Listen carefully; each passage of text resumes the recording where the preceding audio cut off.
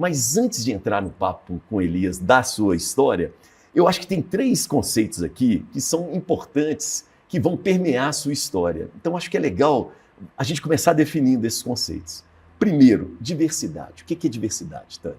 Então, diversidade é a qualidade daquilo que é diverso, né?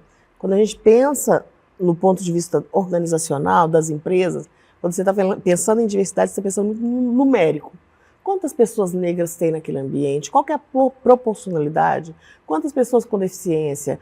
E também olhando, e aí a gente poderia pensar em vários aspectos da diversidade, né? Pessoas com deficiência, mulheres, pessoas negras, pessoas velhas, da comunidade, né? LGBTQIA+, a questão da longevidade, todos esses aspectos poderiam estar ali sendo observados, a depender de qual que é a estratégia daquela empresa, qual que é o público que ela quer priorizar e endereçar, enfim. E aí, quando você pensa em diversidade, então você está pensando em olhar numericamente qual que é a representatividade de cada uma dessas populações naquele ambiente e aonde elas estão, em que posição essas pessoas estão, que é muito importante. Não adianta, por isso que também não adianta só a gente ter a diversidade. Isso. É preciso olhar de uma maneira estratégica. Que posições que essas pessoas estão, né? E o que quanto elas podem impactar no negócio, quanto elas têm voz e quanto essa voz tem sido ouvida, né? Quanto que elas têm o poder da caneta, de tomar decisões, né? E tudo isso, então, é o que compõe o significado de diversidade.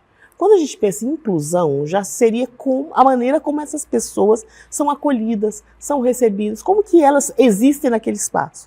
Então, se é um espaço de microagressões, ou se é um espaço de acolhimento, a inclusão vem muito nesse sentido de fazer com que essa diversidade que chegou, essa galera numericamente que chegou, esteja ali em plena performance.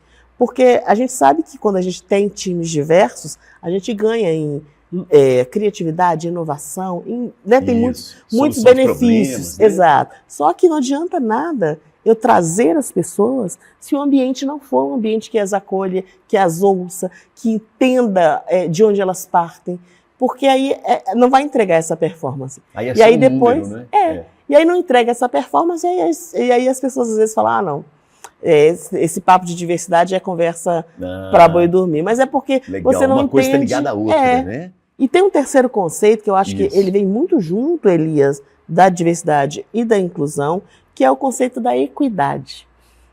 Na verdade, eu gosto muito de 4 conceitos aí que eu acho que as empresas deveriam considerar. Então, tem o conceito da equidade. O que é a equidade? A gente precisa considerar que as pessoas partem de lugares diferentes, né? A minha jornada é completamente diferente da jornada de uma pessoa branca de origem privilegiada, já que eu sou uma mulher negra de origem periférica, filha de pais pobres, né? Eu não tenho como colocar essas duas pessoas em par de competitividade, porque o ponto de largada é muito diferente entre uma pessoa e outra.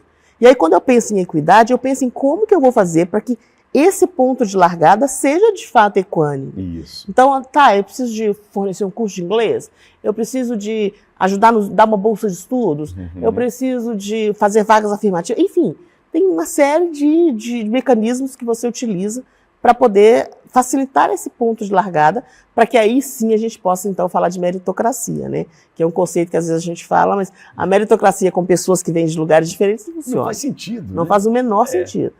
E por último, um outro conceito que eu acho que é super importante, que eu acho que é esse quadrilátero, assim, que é a diversidade, a inclusão, a equidade e a acessibilidade. E a gente às vezes pensa em acessibilidade só da acessibilidade física, né? Rampa, piso tátil, e assim, um monte de banheiros acessíveis. Né? Mas a acessibilidade vai para além disso, né? Nós temos outros tipos de acessibilidade. A gente tem acessibilidade do ponto de vista eletrônico, vamos dizer assim, que seria aquela acessibilidade para que uma pessoa com baixa visão, por exemplo, que precisa de uma tela maior, ou um leitor de tela para a pessoa cega, e assim sucessivamente, né? Tudo aquilo que a gente tem ali de equipamentos para facilitar que essa pessoa também possa performar.